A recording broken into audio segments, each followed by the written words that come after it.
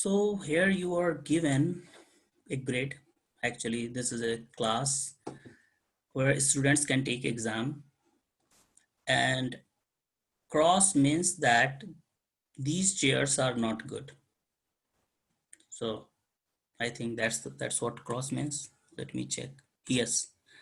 And dot means that you can sit on that. Like, any student could be seated there. It's a good seat. But the problem is, one more restriction they have added is that this guy can cheat if any person is sitting here, here, or diagonally in front of him. So you don't want to have such an arrangement. So given this arrangement, what is the maximum number of students which could be placed there? So in this particular configuration, you can see, yeah, nobody can cheat here, right? This guy can't cheat because no one is sitting here. If there was one guy here, then this arrangement is not a good one, because this can cheat from him, and actually this guy can also cheat from him because it is also in a diagonal direction. Another guy just in front of him is there. So the problem is, you have been given this configuration, you have to return how many maximum students can take the exam, and the bound is m and n is just 8. So you will have a maximum of 8 students in one row, and you can have maximum of 8 rows. That's the problem. Any question on the problem?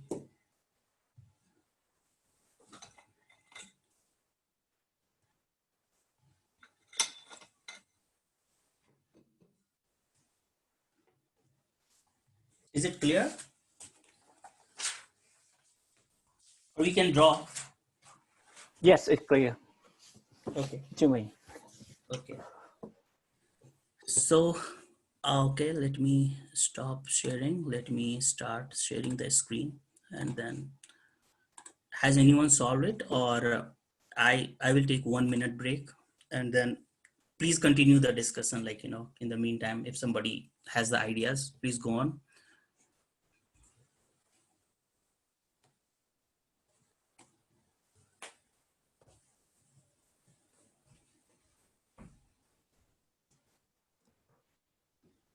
Yeah, so I tried it using backtracking similar to the other standard and queen and problem.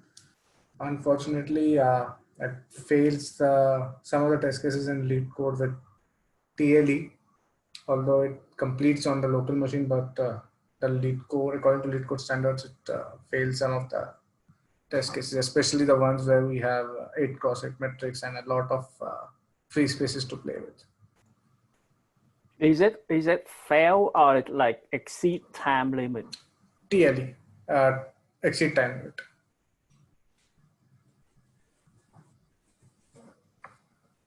Okay, back. Sorry, guys. So, what's the idea so far? Have we discussed anything so far? No. Okay. Yeah, I just mentioned that I tried with backtracking, but for some of the cases it is failing with time limit exception. Yeah, time limit. Yes. So to simplify it, there are a couple of things. Let's make it very simple, that chairs are not broken, for example. Like, everything is fine. Anybody can sit anywhere, right? So suppose all these points are valid.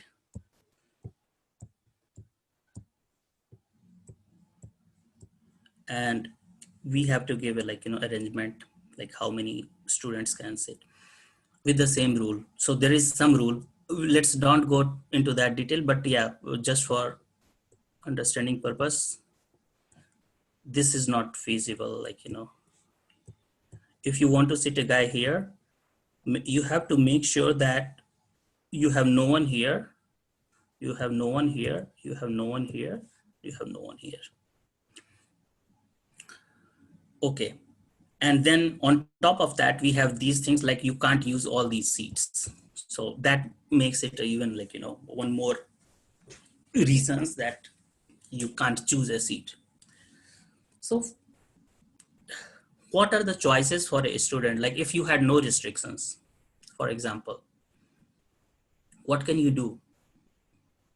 Like either you will seat a student somewhere and on IH seat or not, right? So if you choose to seat a student, then you have to take like, so two things we have to think. For any student what I am saying, okay, let's assign him this seat. So I made a decision that, okay, some seat got assigned, like, so seat assigned, for example, to that guy. So once you make that decision, then your board configuration will change, right? Because after that, now you have a different set of board, whatever the rules were, because uh, if you chose this particular seat, now you have to make sure that this seat is not valid, right? And this is not valid. Also, while sitting this guy, you have to make sure like nobody is sitting here. So you can also make these guys invalid and make sure that no one was here. If you are going from top to bottom, you can do that. Or you are saying, okay, I'm not, choosing that particular seat. So that is left. So when you are leaving that seat, then your board configuration is not changed. Is that right? Right. Board not changed. Though you may wish to change to make sure that you made that decision that, hey, make sure that we don't choose it because, in your recursion, you have already made that decision for now. So you will go through all these possibilities and then finally you will see, okay, how many students were able to sit. That is one approach. I think if you think about the board configuration, we have something like 8x8 board maximum. So, and these are all, I think, characters, something like this, or dot, yeah, things like that. You have this kind of thing. So somehow you have to represent that board. And in your recursive call, you have to keep passing that board all the time with the new configuration.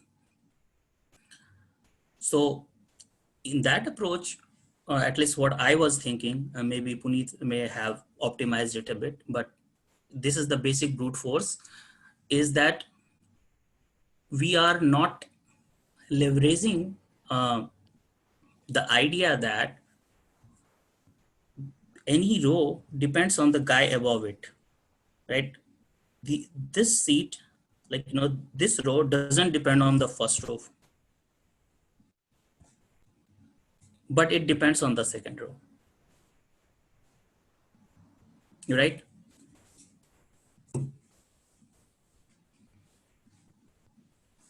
Questions, guys? Any question, please ask now. Yeah, that's right. So the first approach where we are not like, leveraging this will still work. The only thing is you may get into the time complexity problem because we are looking at the grand state of the system and then we make the decisions. And for each seat, the maximum number of choices you can make is 2, right? Whether that seat is chosen or not. So if there are these many seats, you make that decision 2 for all of those guys. And then you again try to solve the same problem. So if I chose this guy, I still have to, find the solution for this configuration again and keep a global maximum when I finally reach what was the maximum student I was able to put on the board. So to optimize it, this is one thing which we have to use somehow.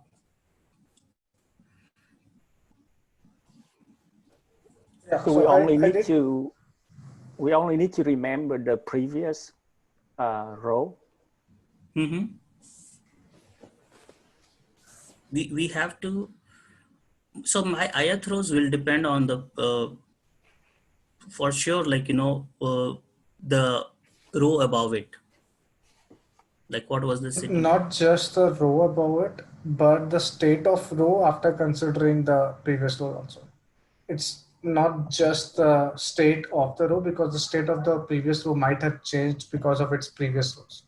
Right. So okay, let me put it here. Actually, that's a very good point.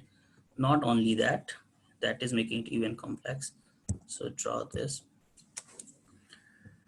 So if there were only, suppose 3 seats here, how many decisions we could make on this particular, okay. So we can make 2 to the power 3, we can make 8 decisions in the best case, right? Either we sit all the guys here. I know this is not possible because of the restriction of the problem, but in theory, we can have all seats here taken or no seat taken, right? Or 0, 0, 1, like all the binary, like, values for each seat, right? Each of these 8 seats can give a different solution here, right? That's what Puneet you were talking, and that's a very nice observation. Right. So in this particular case, we have 64 maximum such, right? Is it 64? 2 to the power 8 is how much? It is 128 or 256? I think 64 into 4, 256. Like, 256. yeah. So for each row, we have these many possible states. So that is one thing we have to be careful, like, so maybe how would you represent? So your equation may look, if I is your row, maybe I is your this guy. Let's go take a random one somewhere. I is this guy. You will have these values from 0 to 256. Based on this, we have to determine the next candidate. I'm not sure whether which one, maybe 127 gave the best result for DPI plus 1,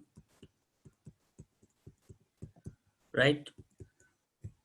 And we again have the same thing.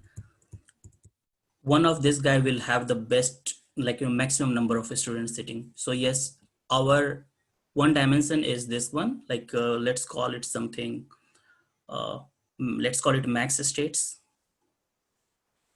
So Could I ask a quick question? yeah, Could go you ahead. explain again why do we get 2 to the 8, not 2 to the 3?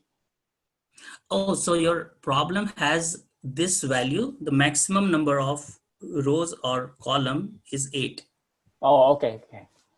So 2 to the power 8, think it. Okay. I think he got confused with number of ones you have drawn. Yeah. Oh, sorry. Yeah. So so what we are trying to derive is a, like possible solution based on this observation, that this value depends on previous all the possible states, right? And on top of that, whenever we are going to choose something, we have to make sure that we know the configuration for when, like this was a successful valid case, right? So you have to also make sure that you take care of the rule while deciding this thing.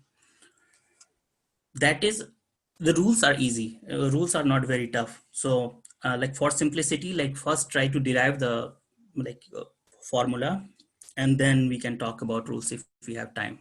Sounds good? I think so. Okay, so let's call it, let me clear this, some, I think I should be able to clear everything now. We know this, we know this. From here we are deriving this. This was the I, and this had say 256 configuration. Let's call it J for the time being. As we do, this is I plus 1, this is J, for example. Can anybody suggest a formula for this? TP I plus 1 J is equal to what in terms of ij? Like you can consider that not I plus 1, let's call it I. Yeah, it's fine. Like in terms of the previous guy, that's what we care here.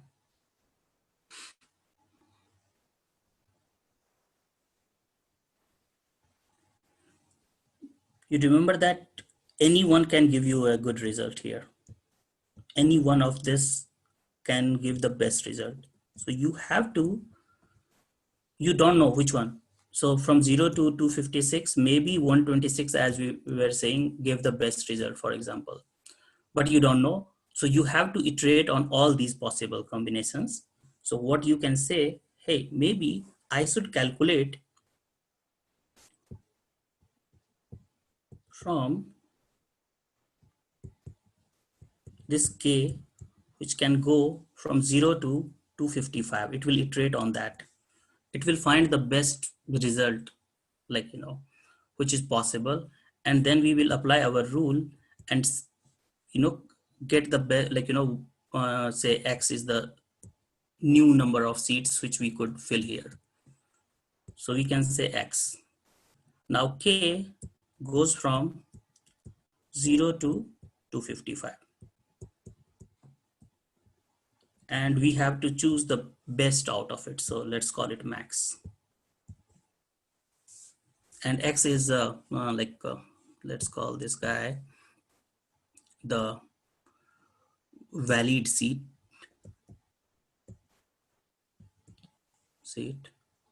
on ith row. But this guy also depends on what value was chosen for this configuration, because whatever was the configuration on top of it, so that changes this value. So while you are doing that, you are going through that, you apply your rules, figure out the best number here, and you keep a count of this value. This is the best result you can get. Does that make sense? I have a question about the X value. The X is the valid seat on the ith row or I plus 1th row? You are right. I made I plus 1th row, this last row, which we are considering. Yeah, that's the row we know now. Yes. That's the ith row we also iterate and have the fixed value. Yeah, thank you. Yeah, thank you for clarifying.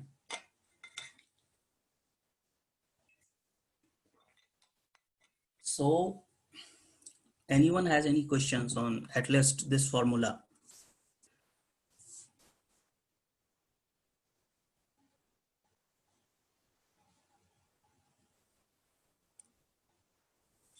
No, I think.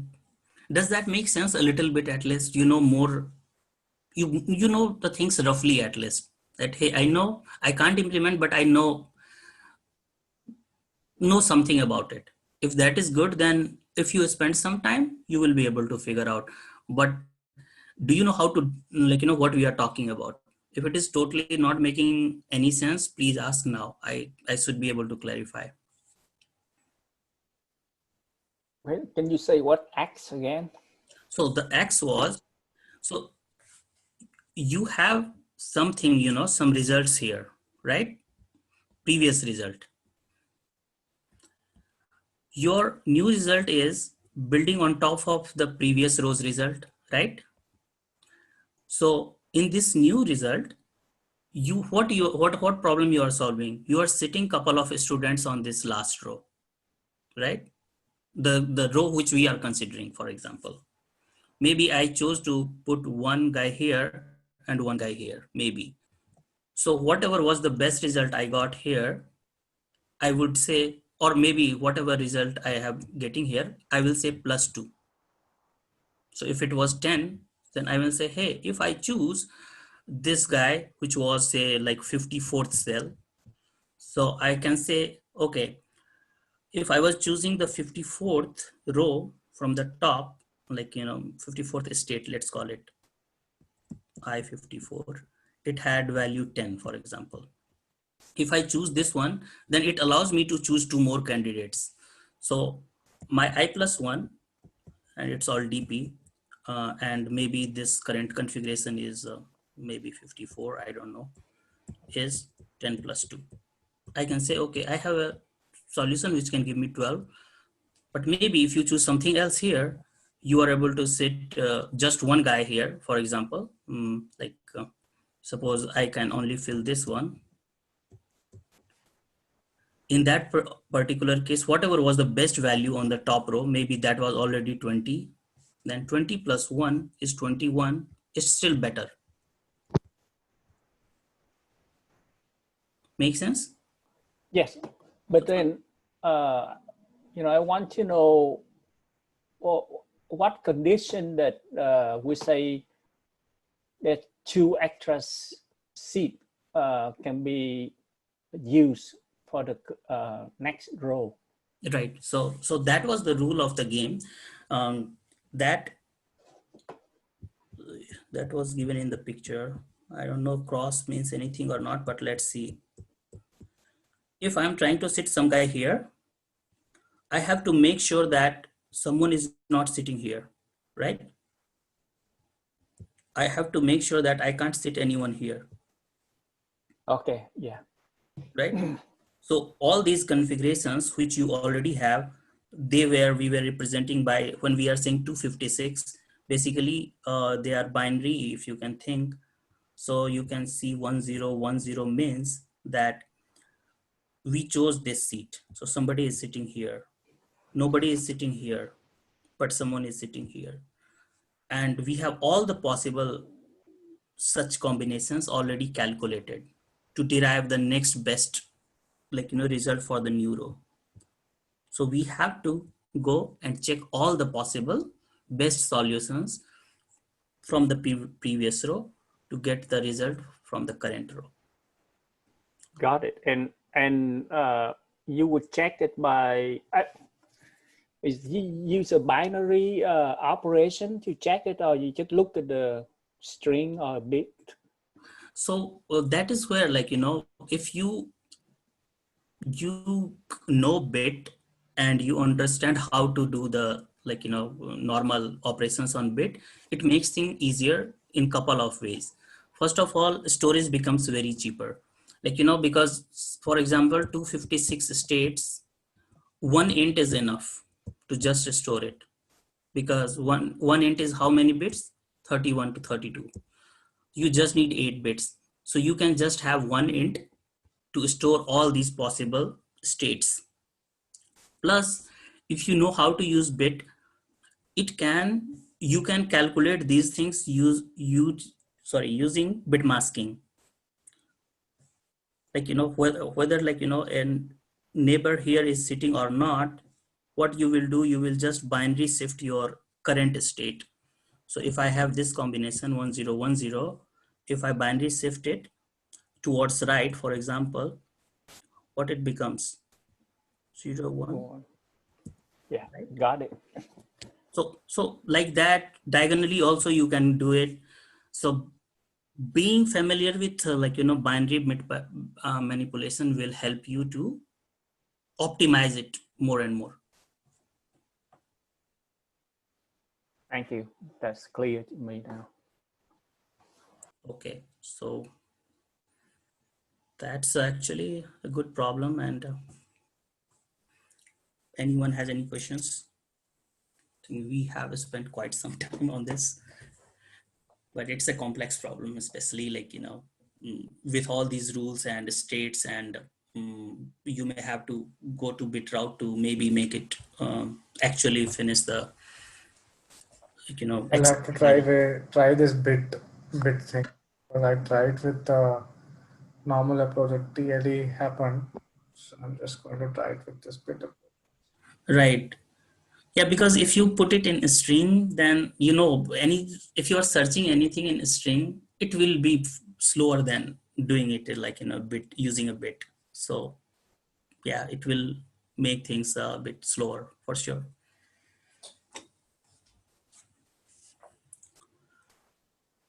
So anyone has any question?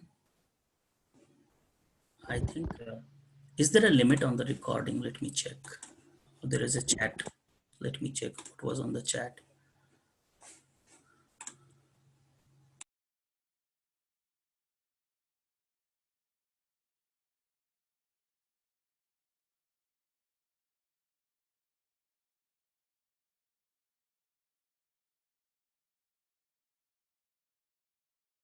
So in chat, somebody was already talking about the bit representation.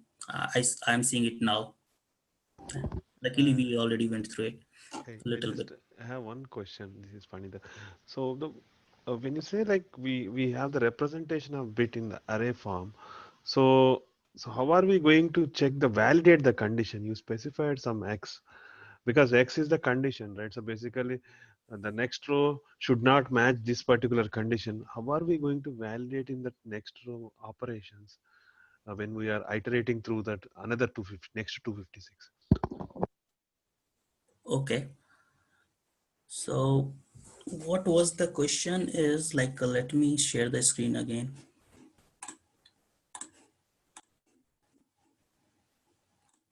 So the question is, if we have the state for this guy, ith guy, right? 128 or 256, right? So you are asking for I plus 1, how would you run the rules, right? Is that the question? Is that the question? Am I mute? Yeah, yes, correct. Okay, No, no, yes, correct. okay. So how would you run that? So you are basically saying if I am selecting this particular seat, how would I know that somebody is not sitting here or here, right? Is that the question? Yeah, correct. Okay. So when we are representing this guy in the bit format, it is basically like if I'm saying this, this is, for example, let's make it up 0010010. It's only 6 character, but just to explain, so this will be represented as 2 plus 8, 10. So in your state configuration, this will be the 10th guy when you are iterating. So when I was saying I things, this is your 10th configuration. And when we are working on this particular one, I will check, hey, for this one, I can do some bit manipulation to determine whether there is a valid I here or not. So what you need to know, how you check the set bit at a given position, set bit at I. There are problems on that. Actually, there's a basic questions we can discuss it, but you can think like, how would you determine anything like that? You can make a mask of 1, and you can continue shifting it here, here, here, and you will do a and. So if you do and on this and that, it will tell you there is a 1 here because all the rest will be 0. So that is one thing to check whether 1 is there or not. Also, couple of things which may help is that like what I was thinking, that if you know a configuration, for example, if there is a superset of things, and if you need to find whether a configuration is subset of that or not, you can do that on using bit manipulations too. As long as your I, for example, like let's call it valid I, this is suppose and I have created a new configuration, suppose J, which is another configuration. If I do an AND on that, valid I and J, and if it returns me J, what does that mean? That all the possible bits which are set in J is also set here, right? Then only you can get the same guy if you AND it. So there are a couple of these bit tricks which you do some experiment with, and then if you have doubts, post it in our channel. I will try to give more examples if it is not clear. Okay, yeah, I think it is give some pointers. Thank you. Yeah.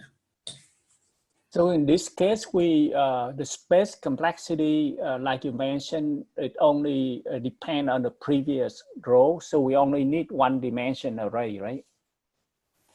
You need 2 dimensions. One I is for sure, there are all these rows, and then you have all these states which we are calling 256. That is another dimension. But Yeah, we it is. don't look back the pre. We don't. We only need the previous row. We don't just need previous rows because we have to. Oh, but yeah, that is still 256, right? Yeah. But you still need the board, right? It was given to you to begin with. So you are not considering that the space. Are we using the DP for the DP would be a new variable, right? Yeah. So your DP was the number of rows. If the number of rows was, for example, M, you can say, okay, DP M is the maximum. And then your second dimension was 2 to the power number of columns, right? That is for just for DP array.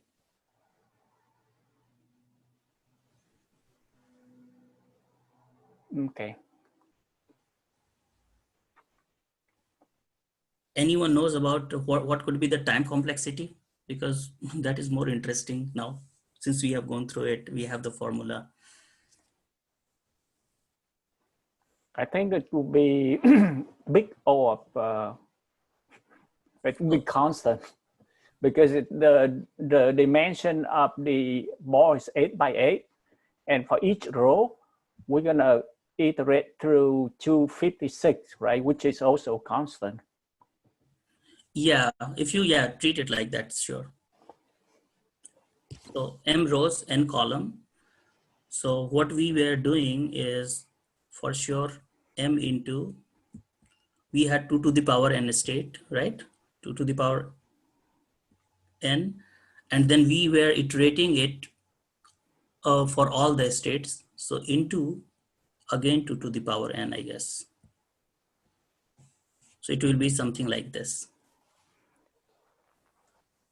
And of course, since you are considering these to be constant, so in theory, this all is constant, right? Yeah. 8 into 2 to the power 8 into 2 to the power 8, something like that. But yeah, make sure we think like this, because sometimes they will say, okay, I want it in terms of M and N, then something like this make more sense. So do we stop the recording now? We can continue this afterwards, I guess.